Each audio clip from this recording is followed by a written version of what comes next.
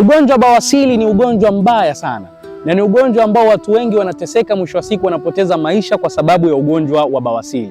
Kwanza, bawasiri, ipo bawasiri ambayo unaweza ukarogwa, ukafanyiwa tego ukapata ugonjwa wa bawasiri, lakini pia ipo bawasiri inayosababishwa na kula chakula kigumu mara kwa mara, lakini ipo bawasiri inayosababishwa na kukaa chini muda mrefu, na ipo bawasiri ya kurithi. Zote hizo zimetofautiana na ipo dawa yake ambayo ukiifanya kwa uwezo wake Allah subhanahu wa ta'ala unapona ugonjwa wa bawasiri. Na ukifanya mchezo haujawahi ugonjwa huo, pindi unapouona basi ni ugonjwa ambao unaua na kuondoa uhai wa binadamu. Lakini ugonjwa huo ni ugonjwa wenye dawa. Kwa uwezo wake Mwenyezi Mungu dawa yake inapatikana na unapona kwa huruma yake Mwenyezi Mungu. Cha kufanya wewe, chukua namba zangu za simu ambazo zitakufanya tuwasiliane na upate dawa kwa huruma yake Mwenyezi Mungu. Ndani ya wiki 3 utaanza kuona matokeo kwa idhini yake Allah subhanahu wa ta'ala. Wote tunamtegemea Mwenyezi Mungu. Asante. Panya ni msumbufu sana, lakini panya pia miongoni mwa wanazuoni katika elimu za tiba wanasema katika nyumba yako kukiwa na panya wengi, basi ni dalili ya kutokukosa riski, na riski ya chakula inakuwa ni nyingi sana katika nyumba hiyo.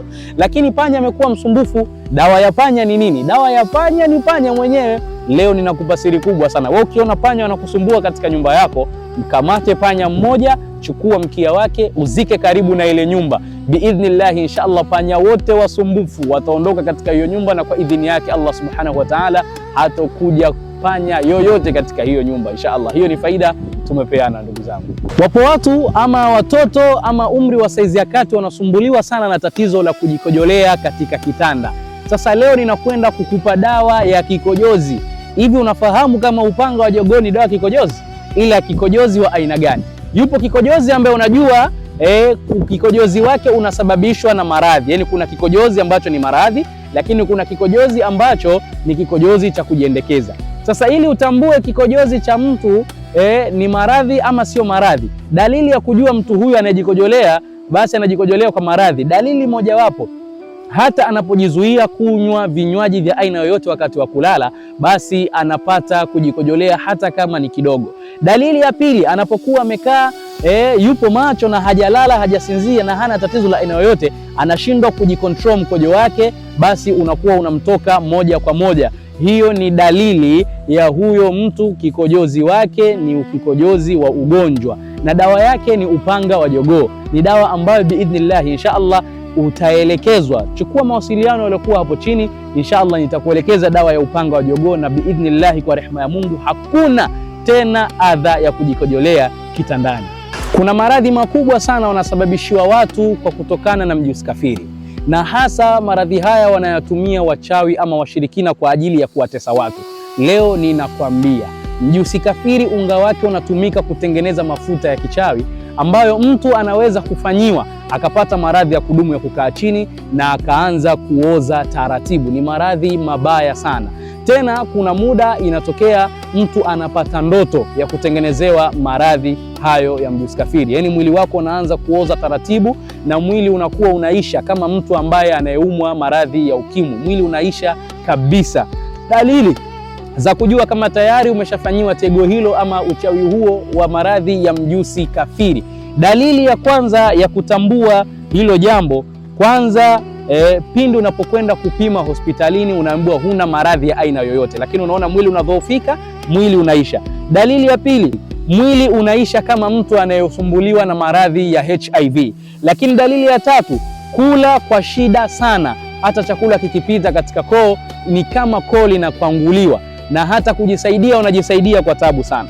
Lakini pia kukataliwa na matabibu. Dalili nyingine ni kukataliwa na matabibu pindi wanapogundua maradhi haya yanatokana na mafuta haya ya kichawi ya kishirikina, lakini wanakukataa kulingana na tego hilo ambalo linakwenda kusababisha maradhi kwa watu tofauti tofauti.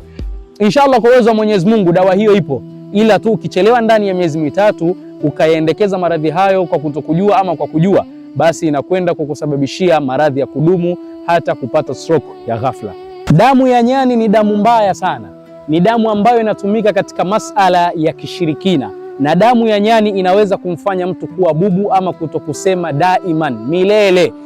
Na kitu ambacho ninawapa ama tahadhari ninawapa hasa akina mama, tuwachunge sana watoto wadogo. Mtoto mdogo anapopewa na mshirikina dawa hii, basi huwa inakwenda kumfanya kuwa bubu ama kiziwi moja kwa moja. Lakini hata kwa mtu mzima pindi unapokuwa unachezewa kupitia damu hii ya nyani ambao wanafanya washirikina ama wachawi, inakwenda kukufanya kuwa bubu ama kukuzuia wewe kauli.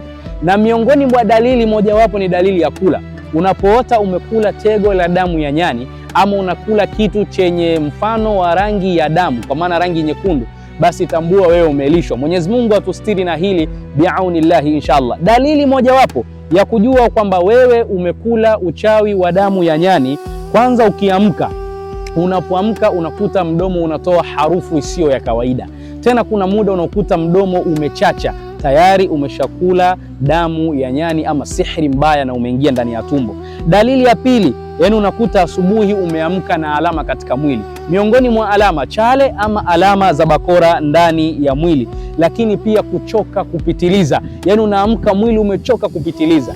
Na miongoni mwa ishara kubwa ya kutambua hilo, usipokuwa bubu ama kuzuiliwa kauli yako, basi utakuwa ni mtu usiyeishiwa maradhi, na ukienda hospitalini unaonekana hauna maradhi, na kama ukionekana una maradhi unaambiwa una maradhi makubwa. Hili tatizo hasa limekuwa kwa vijana wa kike na wa kiume, lakini hasa vijana ambao ni wapambanaji. Tena unakuta kijana wa umri mdogo anaweza akazushiwa maradhi ya moyo ama maradhi ya kisukari ambayo ni maradhi mabaya sana. Mwenyezi Mungu atustiri, lakini tego hili litakuathiri sana ndugu yangu. Mwenyezi Mungu atufanyie wepesi na atuondolee maradhi inshallah. Assalamu alaikum wa rahmatullahi ta'ala wa barakatuh. Ndugu zangu mliokuwa Waislamu na ambao sio Waislamu, tunawakaribisha Sabbihisma Dua Center. Tunajishughulisha na masala ya tiba, dawa za asili pamoja na dua kumlilia Allah subhanahu wa ta'ala. Una maradhi ya aina yoyote, shida ya aina yoyote, ninakukaribisha Sabbihisma Dua Center kwa ajili ya kupata huduma. Na hata wale ambao waliokuwa katika mikoa tofauti tofauti, kama hajaweza kufika, basi insha Allah kwa rehema za Mungu sisi tunafika kwa ajili ya kumlilia Mwenyezi Mungu, dua pamoja na dawa, na kwa huruma yake Mwenyezi Mungu utapata saada kutoka kwake Allah subhanahu wa ta'ala. Insha Allah, kwa mawasiliano zaidi utachukua namba zangu chini hapo zinapita. Insha Allah itakuwa kheri kwa sote. Asante. Naam, ndugu zangu, kwanza nina furaha kubwa na ninawakaribisha sana. Ninachokuomba wewe, nenda kasubscribe ama usubscribe channel yetu hii ya Skanda TV kwa ajili ya kupata muendelezo wa ufafanuzi kuhusu dua pamoja na tiba. Biaunillahi insha Allah utapata faida kubwa sana.